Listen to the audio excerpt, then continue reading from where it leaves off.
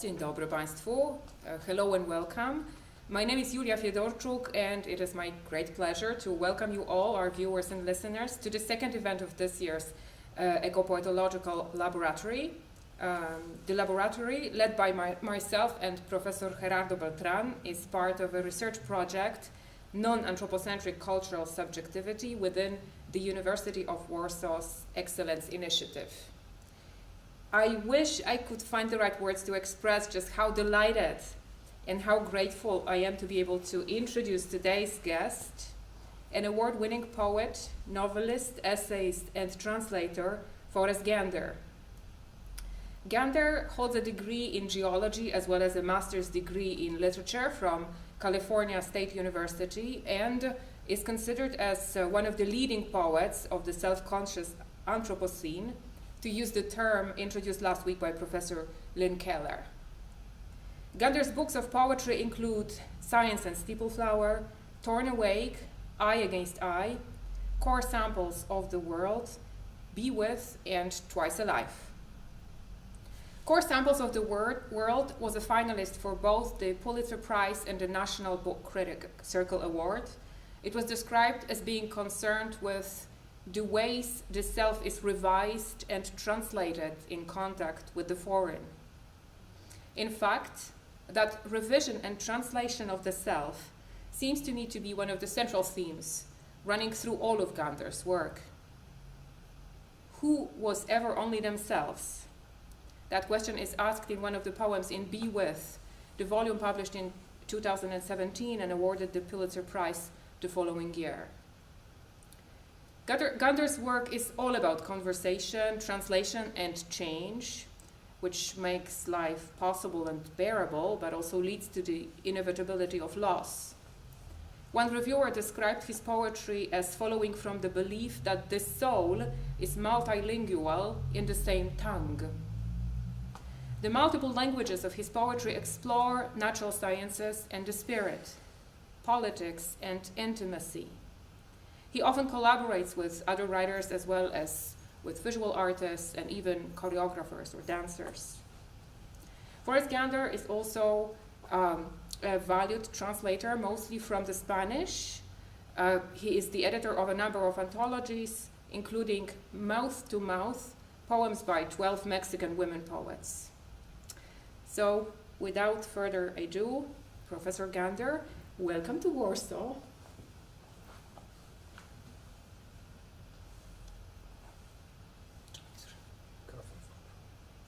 I think you're muted. Thank you, Julia. I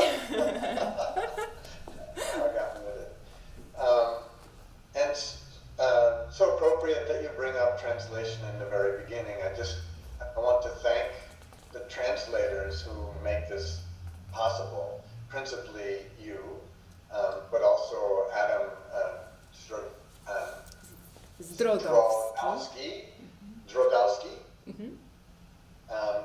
And then, of course, I'm dependent upon all of your audience for having a second language, and I'm grateful to them. Thank you. Well, it's really delightful to have you here, and the plan for today is that Forrest Gander will read from 4 of his books, and then we will intersperse the readings with bits of conversation. So why don't you read us a poem maybe from an older book, from Torn Awake, which was published in 2001? Okay, well, it's this book, Torn Awake. It has a cover by a photographer that I've collaborated with named Sally Mann, also from Virginia, which is where I grew up. So this is a poem called To the Reader, and the translation is by Adam. To the reader. Although you were looking for something else in the mirror, you can't avoid them, can you? The wrinkles of sarcasm, the crow feet of insomnia, and the bleary eye of hesitation, and the silent voice saying, look what time it is, and your name, and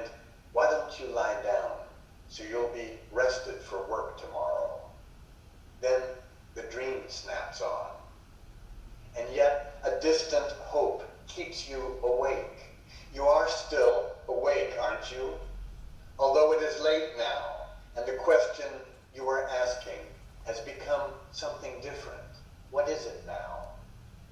How has the tactual amnion of habit failed to protect you? The night discharges itself into hills, into the river's fan gravel and swallow holes, mangrove roots thickening around lost fish hooks. In the gas station sign, Pegasus lights up and flickers out and lights up again, and muscles twitch in the attendant's jaw as he stares into the bay, a timing chain part number on the slip of paper in his hand. While stars flare and the waitress crumbs the tablecloth, are you just opening again to the lust to be filled with something? What is it? Around you, the nameless, countless things, hullabalooing in silence.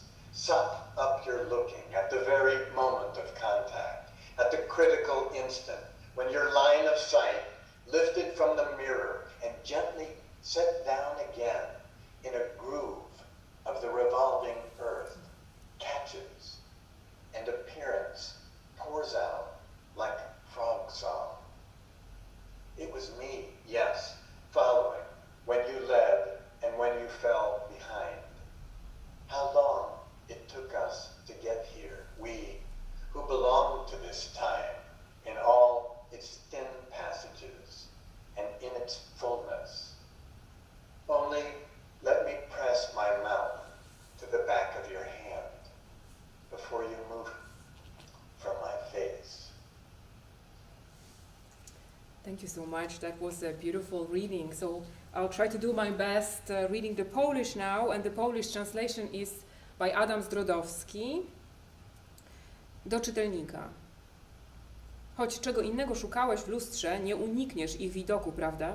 Zmarszczek sarkazmu, kurzych łapek bezsenności, oczu łzawiących od wahań i jeszcze tego cichego głosu, który mówi: spójrz na zegarek, tutaj twoje imię, może byś się położył i wypoczęty wstał jutro do pracy. Potem szturm snu. A jednak nikła nadzieja trzyma cię na nogach, bo nadal stoisz, tak? Choć jest już późno i pytanie, które zadawałeś, kim jestem, wygląda teraz inaczej. Co tam jest? Jak to się stało, że namacalna owodnia przyzwyczajeń nie zdołała cię ochronić? Odszedłszy od siebie, nie jesteś sam. Choć skoro odszedłeś, to już cię nie ma. Tymczasem noc wylewa się w pagórki, w stożek napływowy ze żwiru i w leje krasowe, a korzenie namorzynu grubieją wokół zerwanych wędkarskich haczyków. Na stacji benzynowej Pegas z neonu rozbłyskuje, gaśnie i znów rozbłyskuje. Drgają mięśnie szczęki pracownika stacji, gdy ten wpatruje się w zatokę, ściskając w ręku świstek z numerem paska rozrządu. Kiedy gwiazdy błyszczą, a kelnerka zmiata okruszki z obrusa, czy znów otwierasz się na pożądanie, żeby coś cię wypełniło? Co to jest? Wokół ciebie bezimienne, niezliczone rzeczy po cichu robią harmider, także tracisz z oczu moment kontaktu, tę krytyczną chwilę, gdy twój wzrok, kiedy już oderwał się od lustra i znów łagodnie zawrócił ku rytmowi wirującej ziemi, wraca na poprzednią trajektorię i obraz wylewa się jak żabi śpiew.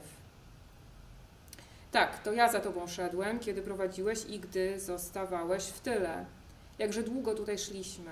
My, którzy należymy do tego czasu z jego wąskimi przejściami oraz jego pełnią. Pozwól mi tylko przycisnąć usta do wnętrza twojej dłoni, nim zabierzesz ją z mojej twarzy.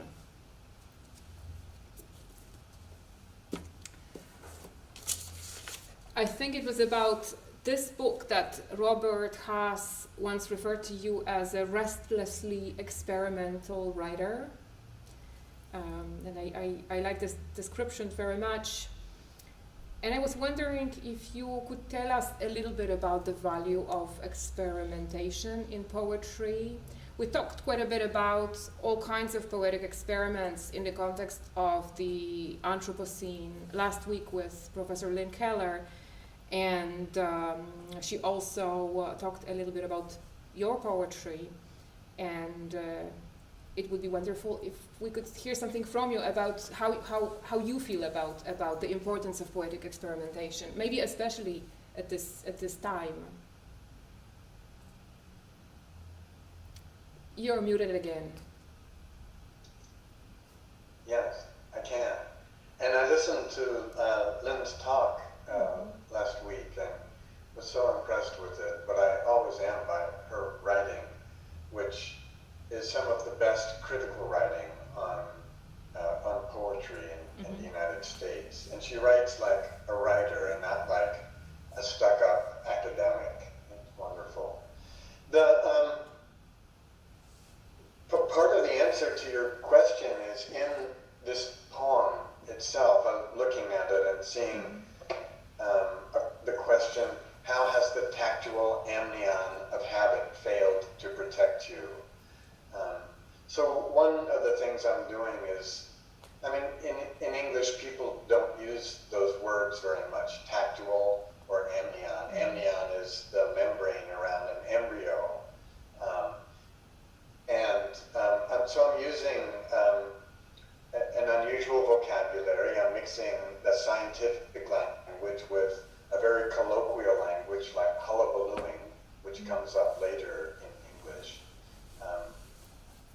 Partly because I think that poetry, that the experiment, the innovative in poetry has to do with getting out of our habits of perception and in our language habits, which so often now are condensed into Twitter tweets or Facebook emojis that the computer corrects our grammar and institutionalizes it.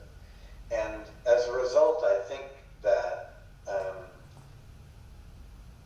the language that we're using these days for our experience is diminishing, and that one of the things that poetry can do is to expand the language for experience and feeling and thinking. Because I think when we lose our capacity for articulating the nuance of our experience, that we close ourselves off from ourselves and from others.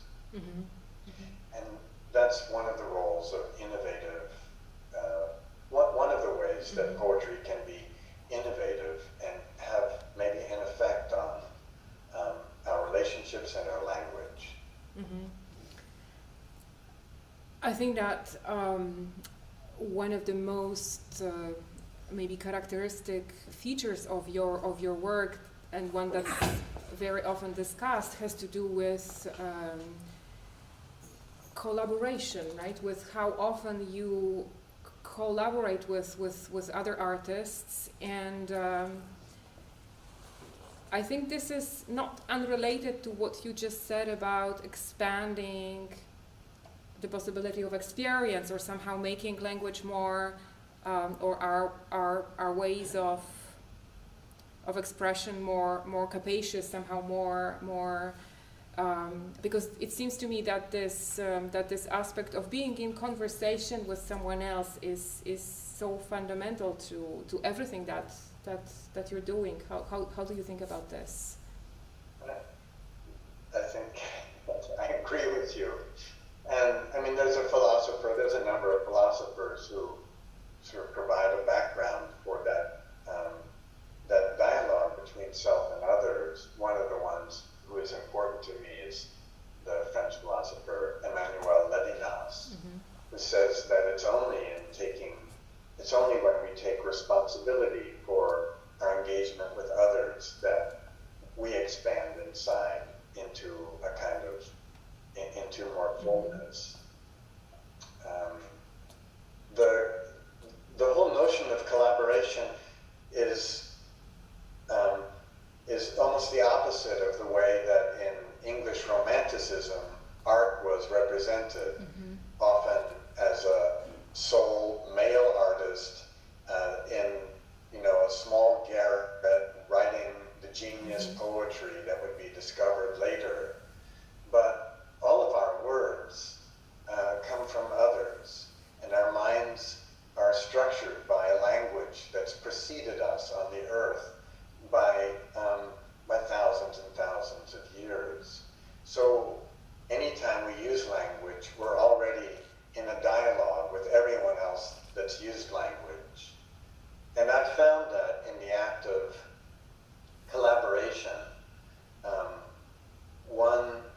one's ego, one has to let go of one's ego in the same way that one has to let go of one's ego in translation, which is another kind of collaboration, where you have to disappear long enough so that you can hear the music of someone else's mind, which is a spiritual activity, not just a scriptural activity.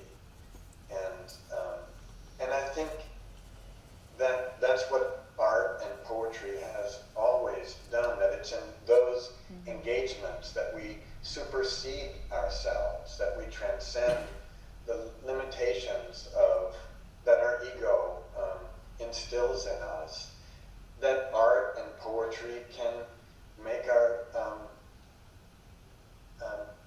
consciousness, I mean, the old word is souls. I don't like how souls is connected to Christianity, but I do believe that there's, whatever it means to be human can be expanded by our engagement with others, and that art often provokes that. That's amazing. I love this definition of translation, to be able to hear the music of someone else's mind. I think that is so beautiful. And to hear the music, right? This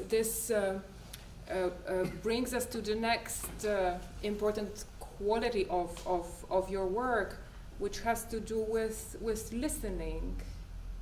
And you often say that poetry listens, that it doesn't teach, that it doesn't bring answers, but it asks questions. It listens, and it opens itself to silence. So, would you like to tell us a bit more about how poetry listens and what is the place for silence? And I think that's often what scares people about poetry, is that that it does make use of silence, that there are that the page isn't just full of words, that you encounter caesura and line breaks and margins, and that people sometimes are afraid of silence, again, because our habits. I remember being in a doctor's office where it was just me and one other man, and the TV was playing we were both waiting to get to see the doctor, and the TV was playing some horrible sitcom that neither of us were paying attention to. And I asked him if I could turn it off, and he said, no, then this would feel like a funeral home. Just that if we're not bombarded by, we live in an age of spectacle, where we're constantly penetrated by voices and by music and by a background that interferes with our capacity to listen to our interiors. And that's what strikes me as the miracle of poetry. And a miracle all the more now in this age of spectacle, when we're all looking at visuals and quick cuts, and things are moving faster and faster, that young people are finding poetry now because it provides something that spectacle doesn't. That there's something amazing about sitting in a room alone with a book in silence and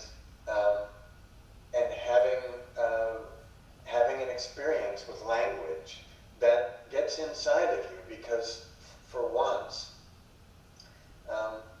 we're really open. The flower is opening because there isn't so much coming in that it has to protect itself and close off.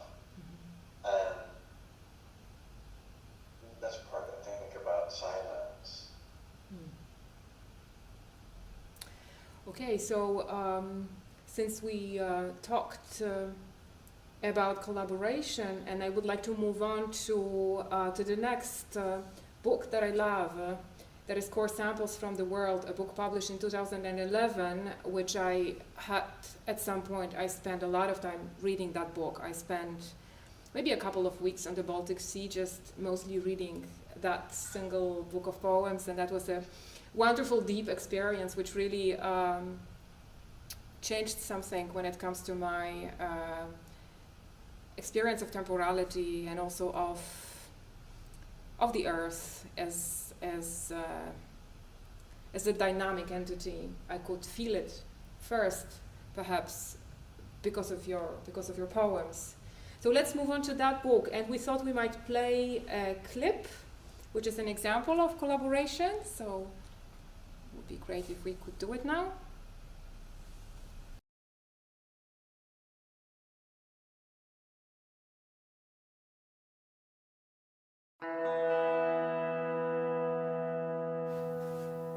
A clearing.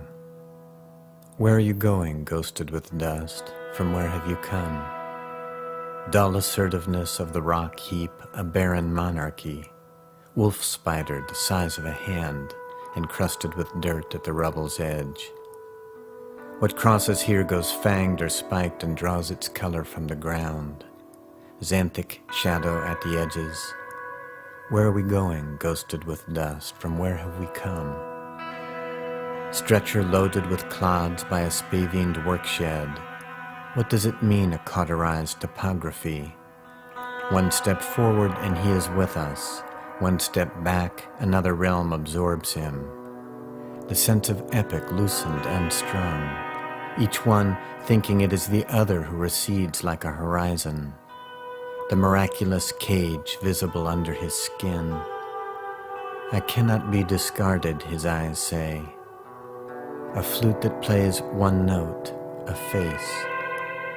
In the open pit at noon, men waning in brightness. I can be read, say the rocks, but not by you. The air burnished, almost mineral, like a thin peel of mica. Mound in the photograph, iris in the eye. What does it mean, a cauterized topography? To salvage rocks the color of all else, from all else the color of rock. I can be read, say her eyes, but not by you. As if the land had abandoned itself. Rain flushed from denuded hills, the soil powders in wind. One step forward and we are with them. One step back, another realm absorbs us. Don't pick up the rocks, he says, because rocks belong to the dead. Xanthic shadow at the edges. The distance flat as horsehair plaster, all depth sponged away. Black knoll of tailings.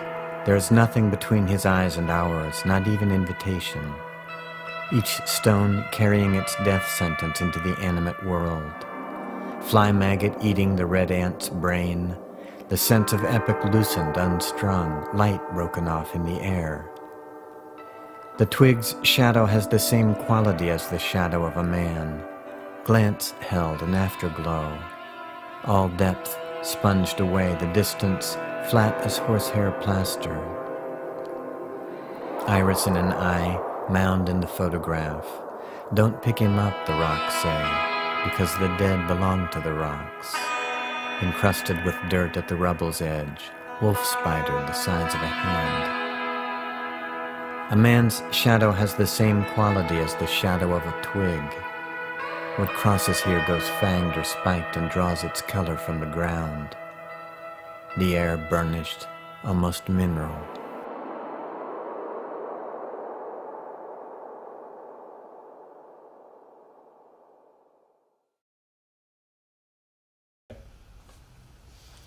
Okay, so would you like to tell us a little bit about this particular collaboration? Sure, I would. I'm collaborating here with a photographer that I've collaborated with a number of times, named Raymond Meeks, M-E-E-K-S. And he was photographing miners in Myanmar, or Burma, as it's now called.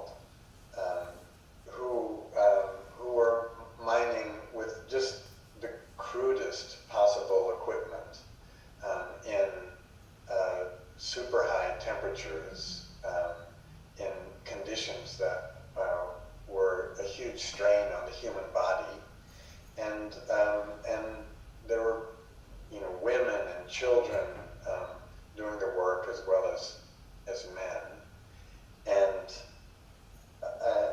as often I'm thinking of how do we engage with people who aren't ourselves? How do we engage with people from a different culture, from a different language, who are having experiences that we haven't shared?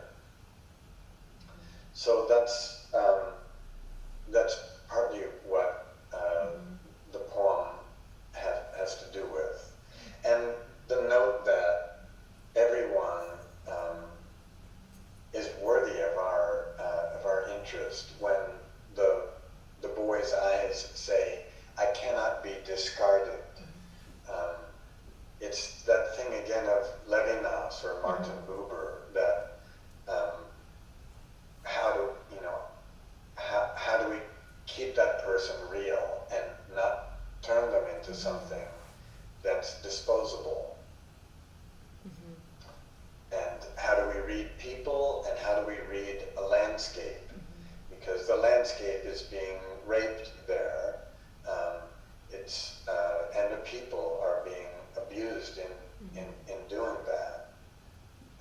And so you have this denuded landscape where nothing is growing anymore, and big pits in the ground. And you have these people who have exhausted their lives working there. It's interesting that you talk about people and the land at the same time, and it seems to me that especially in core samples, this happens all the time. So like any story about human beings is a story about the earth, and a story about a landscape is a story about human beings. And I was wondering if you could talk a bit about the title, core samples from the world, because it's a term from geology, right? But it also works metaphorically, I guess, in the collection. I hope it does.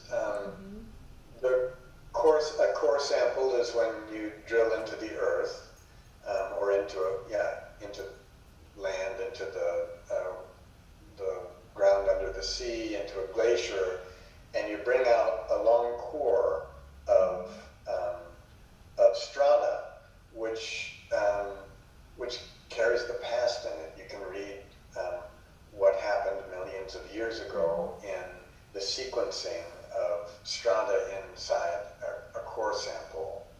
And in the same sense, I'm thinking about our engagement with others to be able to have a contact that's meaningful enough that we can read something beyond ourselves in a way that's meaningful.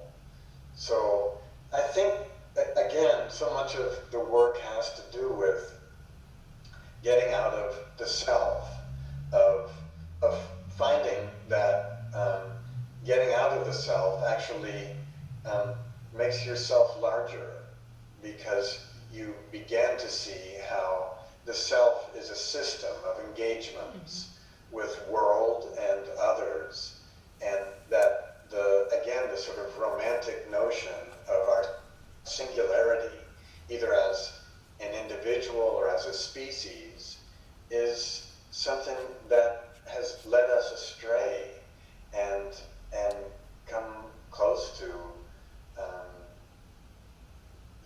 it's brought us to this brink of ecological, environmental crisis. The self, not to mention ethical, the self as a system of engagements. That's another wonderful quote to remember from today. So why don't you read a few more poems from core samples? Okay. So there's a sequence. So the book, Core Samples from the World, this is a photograph I took in Libya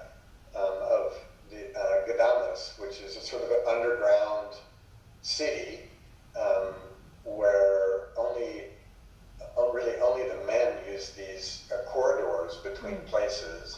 The women weren't really allowed to enter the social life, which took place underground because it was so hot. So they just communicated from the rooftops of their places. But a lot of the poems, the work in this book is written in the form of haibun, which is a Japanese form that I'm very interested in which prose, a kind of very literary prose, suddenly crystallizes into poems, into small poems that are inset in the prose like little jewels. But these are, I'll read two short poems from a series that's based in Mexico that maybe speak to the whole book. So this is sort of making contact with a Tzotzil, that's an indigenous language and group of people in Mexico who have traditionally been shepherds and shepherdesses. Malinalco.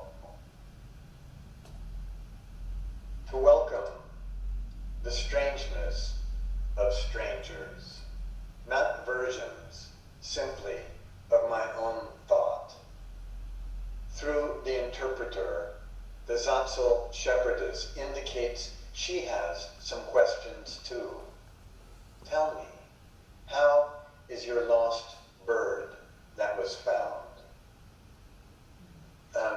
That engagement took place soon after there was a whole lot of international press about the possible discovery of a ivory-billed woodpecker in the United States, a species that has been presumed to go extinct. It's a huge bird with an ivory bill.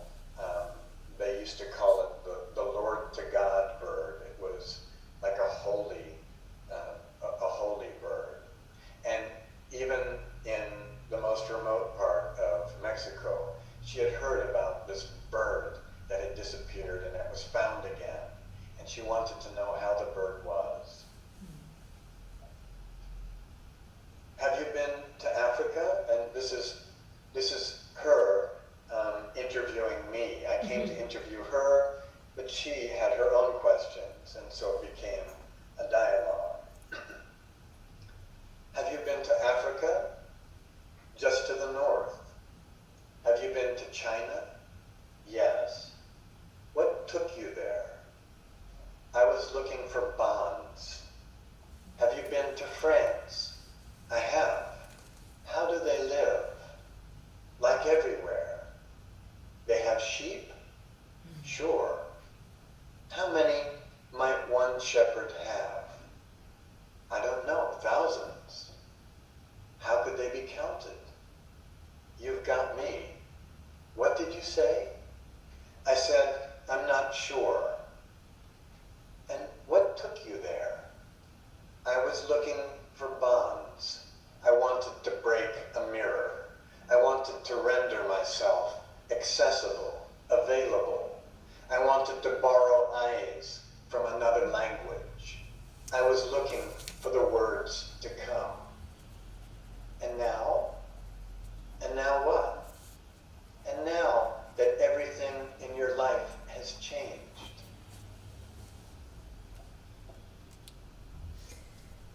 To borrow eyes from another language, that's maybe one of my favorite quotes actually from core samples. Well, I needed to borrow the eyes of your language when I started to translate this book, that is Be With, and so we have a Polish version of the book now. Bądź Blisko, which was published by Lokator, who's in Kraków, and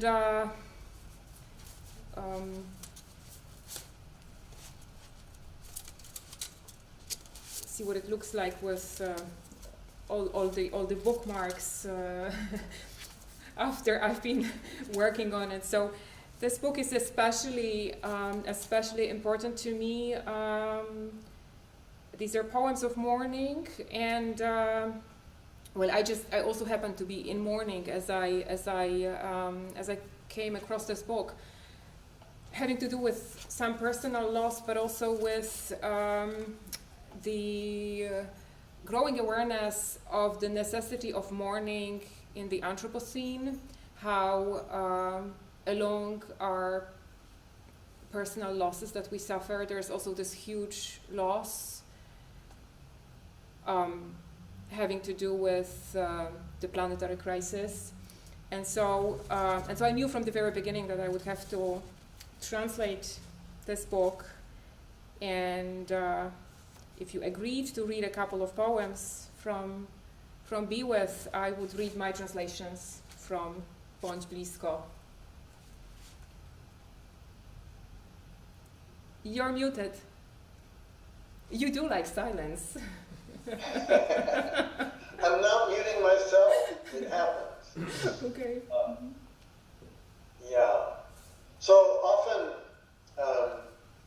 in the United States anyway, students at universities see their teachers very instrumentally. They don't sort of recognize who they are.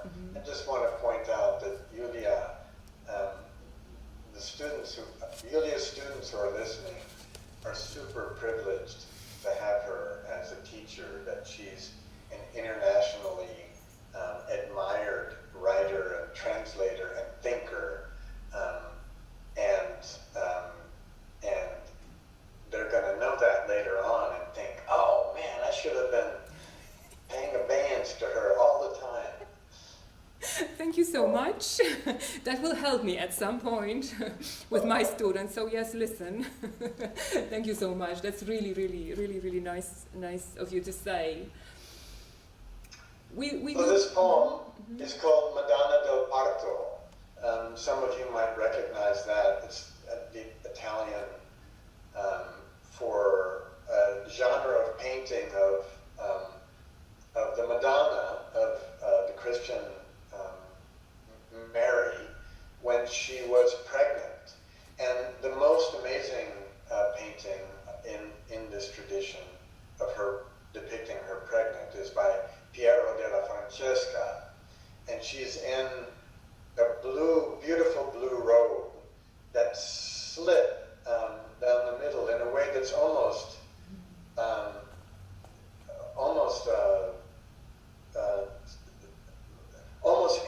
like her body is opening to present her baby. It's almost it's very physical, visceral painting and beautiful. And I'm using it partly because I'm thinking about seeing in a moment of terrific grief, of being alone in the woods and seeing the forest parted in a similar way by a waterfall in the distance. So, Madonna del Parto. And then smelling it, feeling it before the sound even reaches him.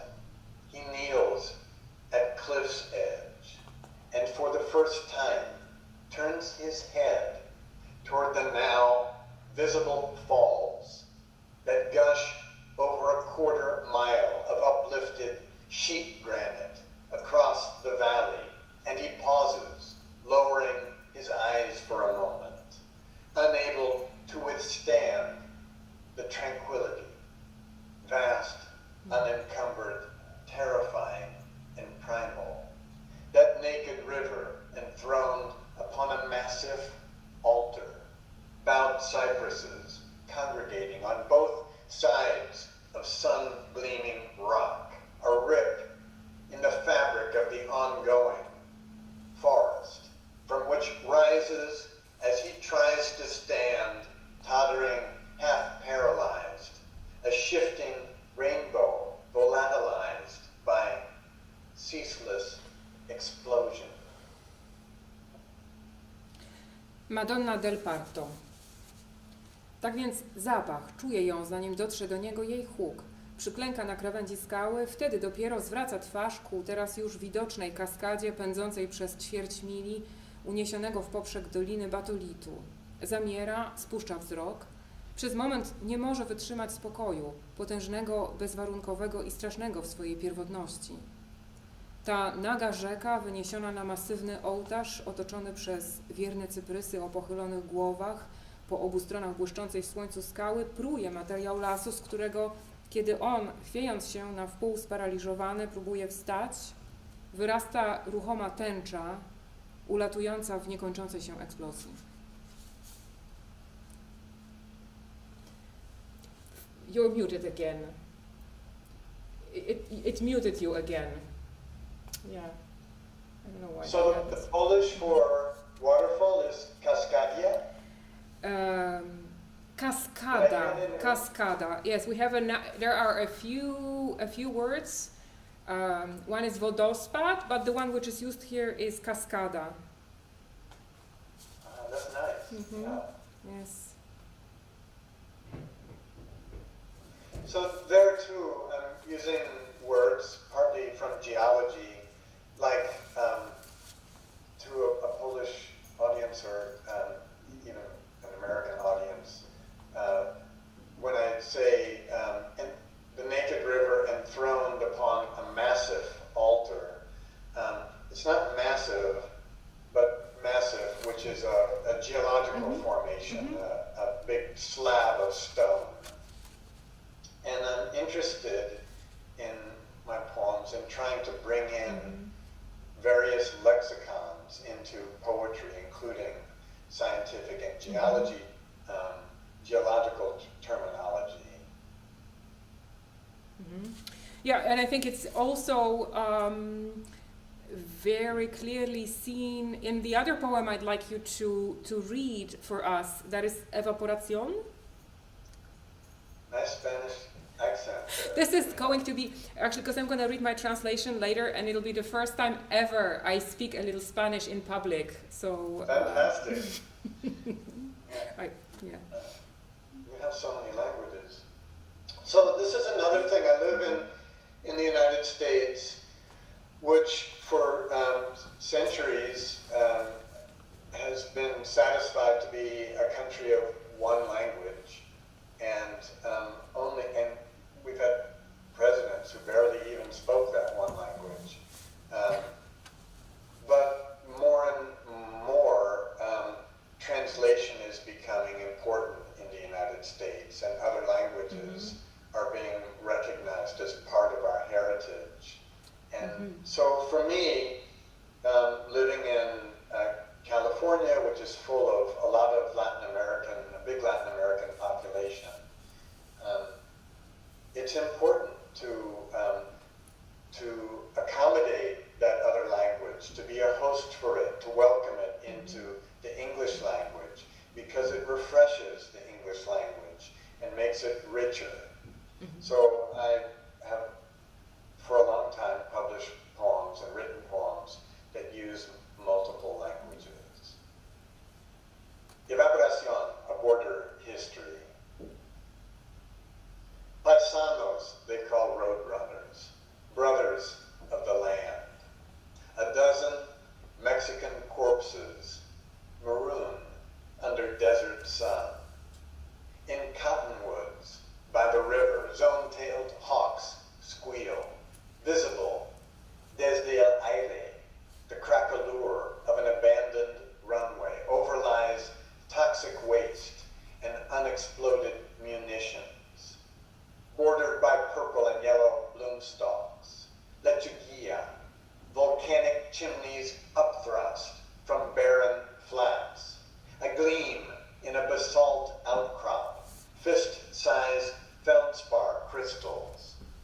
The old raiding trails from Camacheria convergen in a path packed by hoof prints. Alarming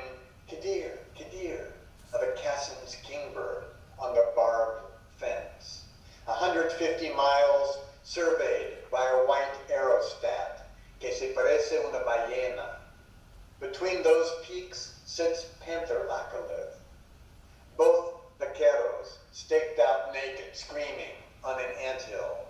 Female katydid waving her four-legged tympana at the stridulating males. The fine-grained intrusion that veined the mountain also silled Paint Gap Hill. Su caballo tembla en agonía, pinned to the ground by a spear. Hovering over the field, a flock of crested flycatchers. The border patrol dog lifts its leg at the tire of the sky wagon. Cercas de Cochwe van paralelas al camino. Chihuahua Trail following Alameda Creek. They call it horse crippler cactus. Vietnam era seismic probes enterrados a través de tierras privadas. Lava rock rims the sides. Give it a break, mockingbird. El despoblado, giant yucca and bunch grass. And what ventures into the afternoon heat? Only pharaoh ants. Only the insulated darkling beetle. En los dos lados de pavimento, magnetic sensors registran movimiento y dirección. Evening cicadas eclipse tree crickets. 1,000 head of cattle driven below the trachite hoodoos. It nibbles a prickly pear, cottontail at dusk. Human contraband at dusk. Famous for their dwarf fauna. Estos estratos fósiles. Depositions of carnage. Catches of light. Our legacy mission. A carcass of the unspoken. Ayando. Okay, thank you very much. Zoe Scolding, the Welsh poet whom we both happen to know, has just commented on how lovely it is to hear the crossings of languages. So, I'll give it a go. Evaporation, opowieść o granicy. Paisanos, tak wołają na kukawki bractwo tej ziemi. Tuzin meksykańskich zwłok porzuconych pod pustynnym słońcem. Wśród topoli nad rzeką słychać nawoływania czarnych myszołowów.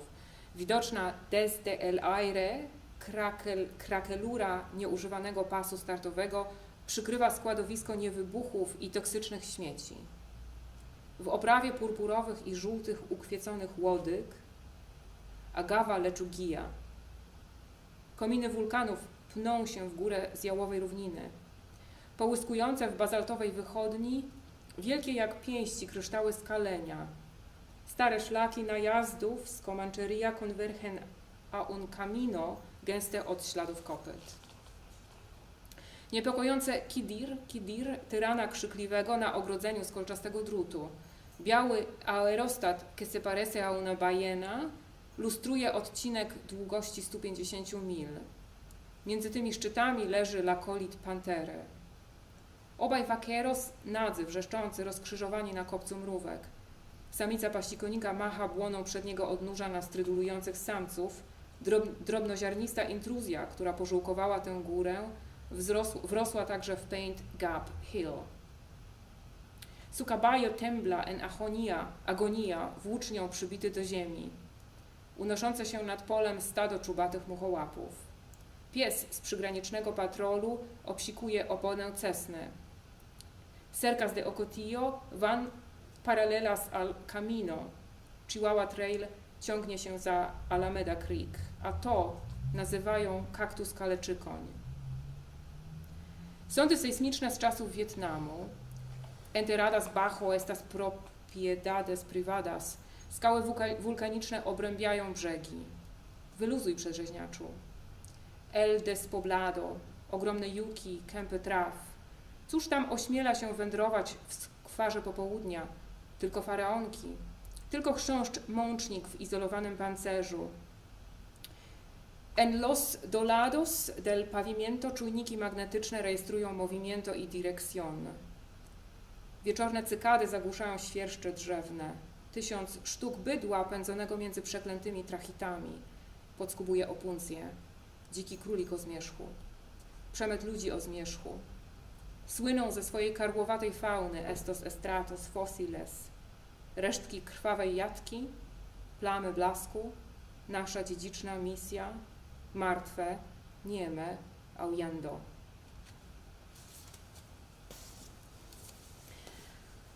Okay, in the meantime, before we move on to the last little bit of the reading, I would like to welcome everybody to ask questions or to give us their comments. I see your comments and I see your questions here in the chat, and I will be delighted to pass them on. We will be wrapping up soon, but before we do that, I would like to ask you to tell us about your most recent book and perhaps to read a couple of poems from Twice Alive. Okay, thank you, Vera.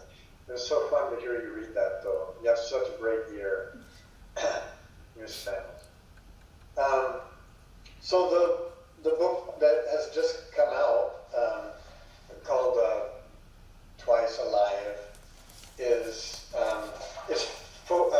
focused or sort of comes out of my experience working with a mycologist and looking at lichen and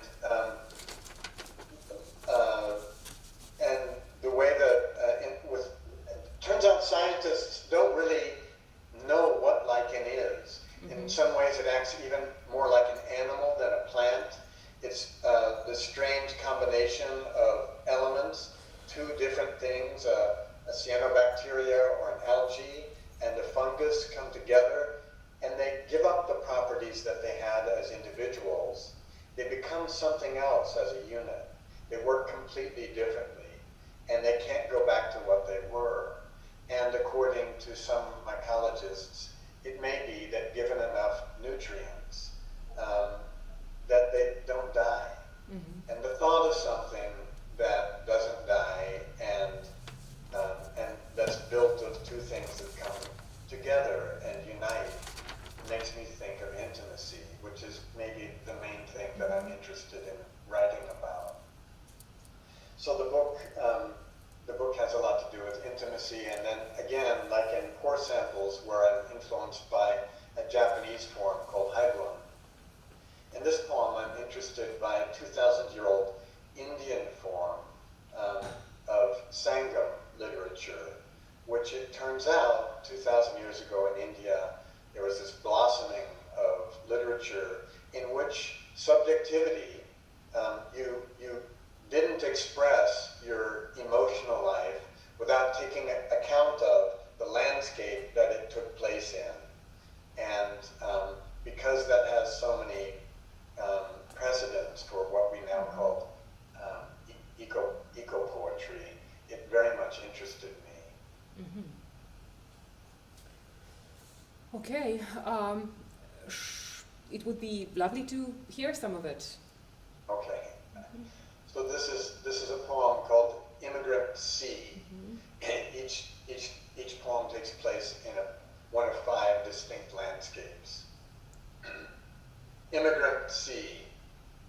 Aroused by her inaccessibility, he aches for more of her life to live inside him, watching the breakers, standing so close he can feel heat coming off her wet scalp.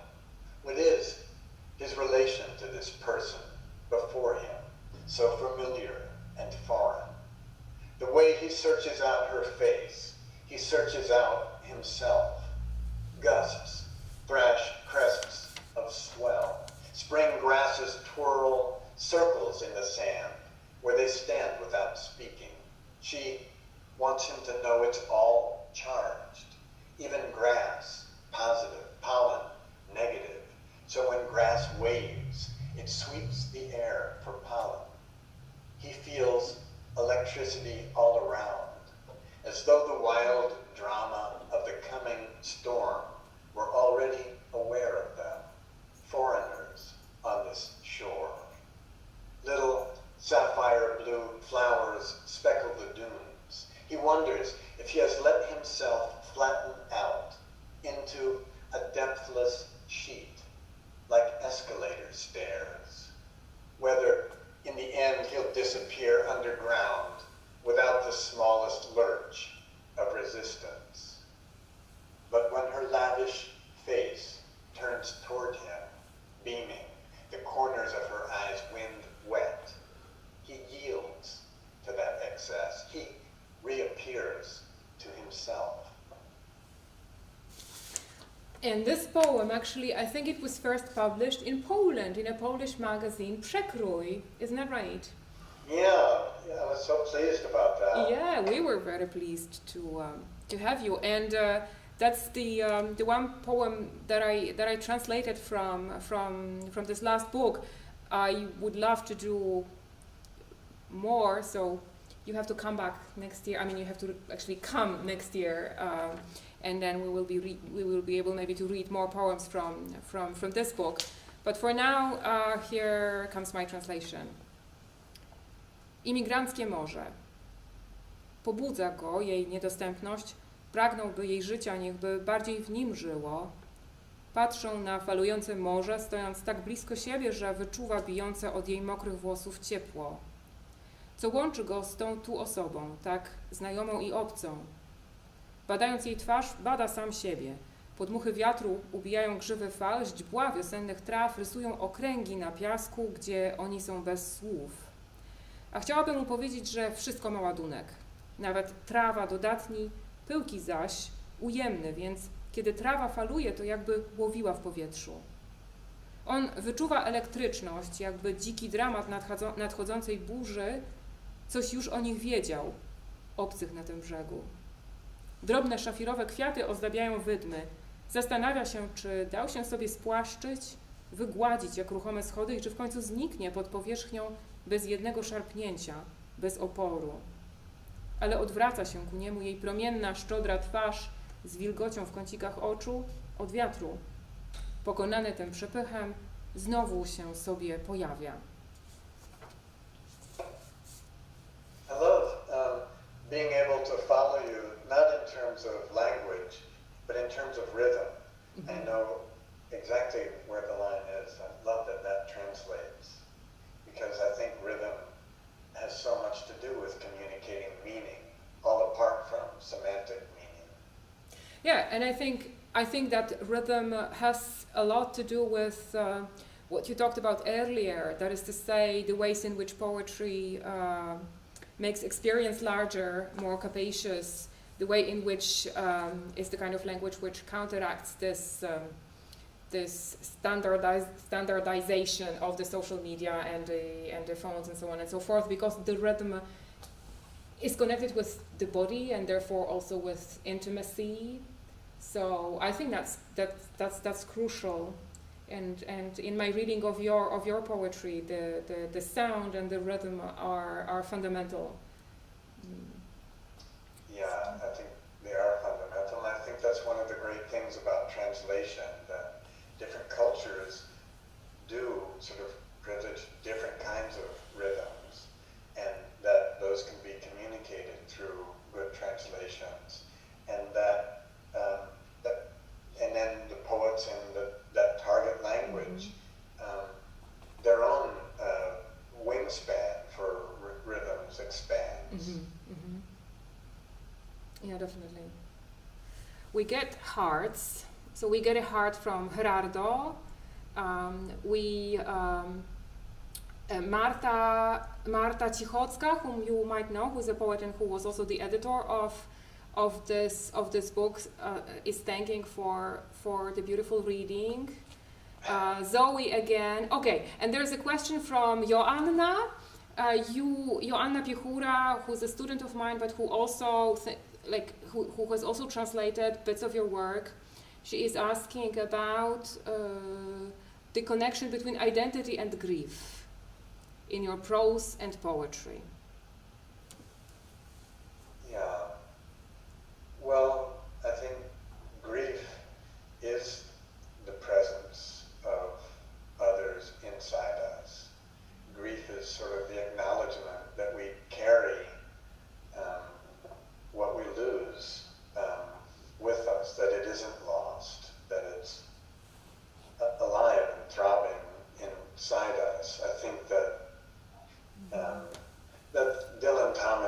that line, after the first death there is no other,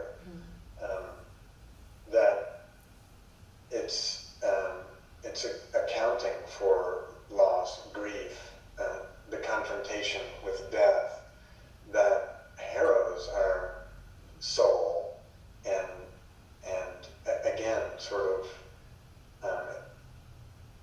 makes us bigger than just ourselves, because someone else is inside us.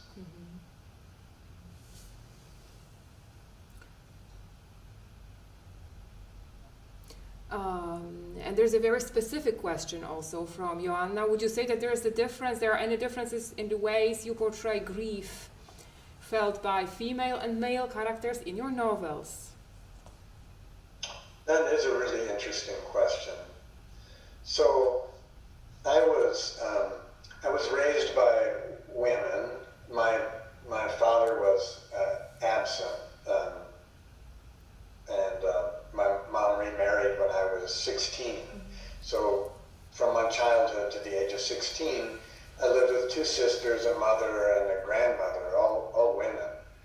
And when I first really came into contact with men's minds in high school, I had no idea what they were talking about.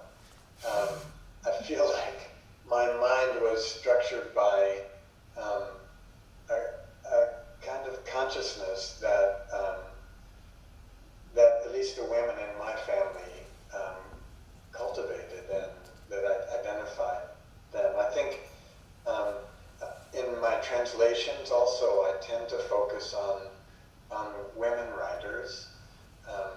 That's partly by predilection, that I like the particular poetry, but also because historically men have been so much more translated than women.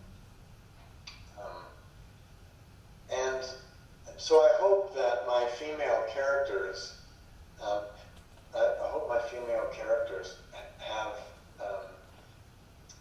a believable depth of feeling, despite that I'm not that moment in Flaubert when someone on the train stands up and he says, "Je suis Madame Bovary." I want to feel now it's an interesting moment of identity politics where there's a lot of challenges to the sense of privilege that makes you think you can represent someone outside of your culture or your gender or your sexual identity. But unless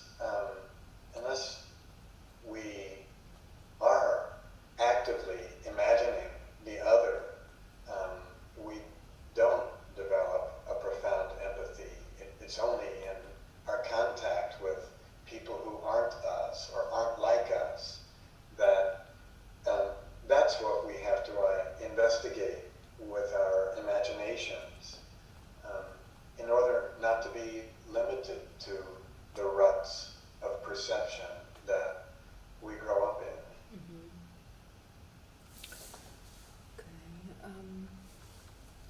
Zoe, it's a comment from Zoe Scolding. Congratulations on the new work, poems and translations, and thanks for this wonderful reading. So that's from Zoe. So Zoe Scolding, also someone interested in several languages, and we used to edit this Welsh magazine, and a poet also like Julia and I, very interested in the relationship between subjectivity and the non-human. Okay. Here comes another question from Grzegorz Czemiel. This has been wonderful. Thank you. You talked about the core samples, which felt like reading Earth. I wanted to ask about writing Earth. Do you think poetry can be an imaginative geography? Yeah, I think that's great. That's what yeah, I want to meet that person, because that's exactly what I'm sort of most interested in. And there was a wonderful scholar named Mary Austin who worked a lot with indigenous people and who developed a theory about the rhythms of our speech being connected to the places that we live. And she says at one point that if you listen to Abraham Lincoln's Gettysburg Address, what you hear in the rhythms of his language are a man who spent a lot of his life chopping wood. That I think that the way that we talk to each other, the way that we think of language, has a lot to do with the environment in which we use it. I think that there's going to be an opportunity for you to meet Grzegorz, but you have to come to Warsaw to meet all these people who are watching us now. Another question from Marta Cichocka. Who was your favorite author to translate? Oh, if I said that aloud, the other ones would hate me, right? I can tell you the ones that I've been translating most recently. I just finished a book that'll come out next year of the fantastic Mexican poet Coral Bracho. And she's a major figure in poetry in Latin America. I think that sort of in the way that John Ashbery was in the United States, her work is very different from Ashbery's, but just a major figure that whether you like her poetry or don't like her poetry, you have to account for her poetry, you have to read it. So I just finished a book of hers about her mother's Alzheimer's, and I finished a book by another Mexican poet named Maria Baranda, a beautiful poet who, actually this book is called Dylan y las Ballenas. It's not Bob Dylan, but Dylan Thomas and the Whales. And then I also finished a co-translation of a Japanese poet that will come out next year. Those are the things I've been working on most recently. His name's Shuri Kido. Okay. There's a question also about the relationship between poetry and geology. The relationship between poetry and geology. That's really nice. I could talk about that for a really long time. But I think that my experience studying geology helped educate my way of seeing that in geology you're constantly going back and forth between looking at crystalline structures under a microscope, X-ray diffraction, and then looking at large-scale inclines and upthrusts, and you're having to go back and forth between those two to understand what's really happening.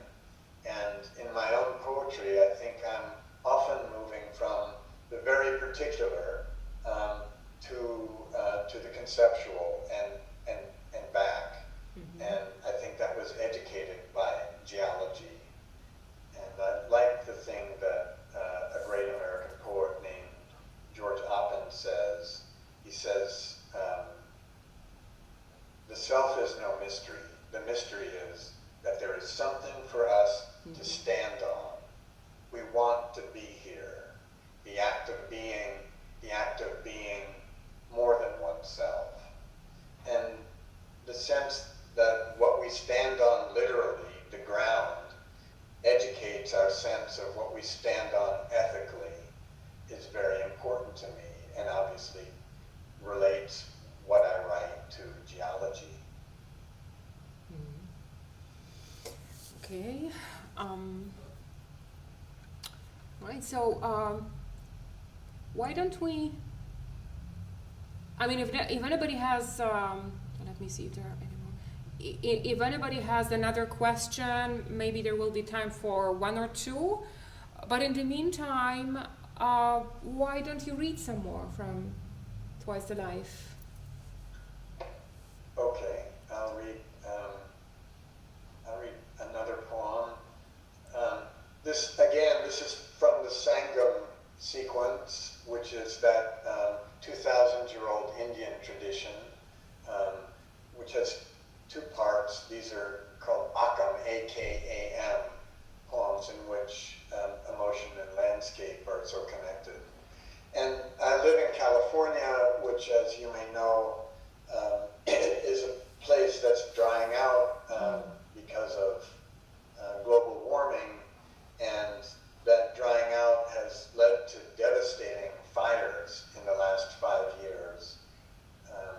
And I've been going with a biologist who's studying the life in post-fire forests, because life very quickly moves back into these burned terrains if we don't clear cut them. And in the United States, there's been a habit of giving these burned forests to the timber industry, who just comes and cuts everything and then burns everything that's left on the ground so deeply that it kills all the mycelium under the ground, and nothing grows there again for a long time. And so this poem also has to do, this poem relates to personal grief, and the grief for the environment. I sometimes feel, Haydn's farewell concert, the farewell symphony, where each of the symphony goes on, but towards the end, one by one, each of the musicians puts out the candle before his music stand, and leaves. One by one, they're all leaving the stage until the stage is empty. And in some ways, that seems to be what's happening right now with other species. Post-fire forest. Shadows of shadows without canopy. Phalanxes of carbonized trunks and snags. Their inner momentum shorted out. They surround us in early morning like plutonic pillars, like mute clairvoyants leading a sursum corda, like the excrescence of some long slaughter. All that moves is mist lifting, too indistinct to be called ghostly, from scorched filamental layers of rain-moistened earth. What remains of the forest takes place in the exclamatory mode. Cindered utterances in a tongue from which everything trivial has been volatilized, everything trivial to fire. In a notch between hills, stubbled with black paroxysm, we spot a familiar sun, liquid glass globed at the blowpipe's tip. If this landscape is dreaming, it must dream itself awake. You have, everyone knows, a rare talent for happiness. I wonder how to value that walking through wreckage. On the second day, a black-backed woodpecker answers your call, but we search until twilight without finding it. Thank you so much. That was a very, very beautiful reading. And I think that's also a perfect conclusion for this event, for tonight. So I guess thank you so much for today. And this is only the beginning of your virtual visit at Warsaw University. So some of you will meet with Forrest Gander again on Wednesday. And in the meantime, thank you all for watching and for listening to us. Thank you so much, Julia. And thank you. I hope I do get to make contact with, even virtually, some of the people who have joined this conversation. Yes, that will happen on Wednesday. Okay. Thank you.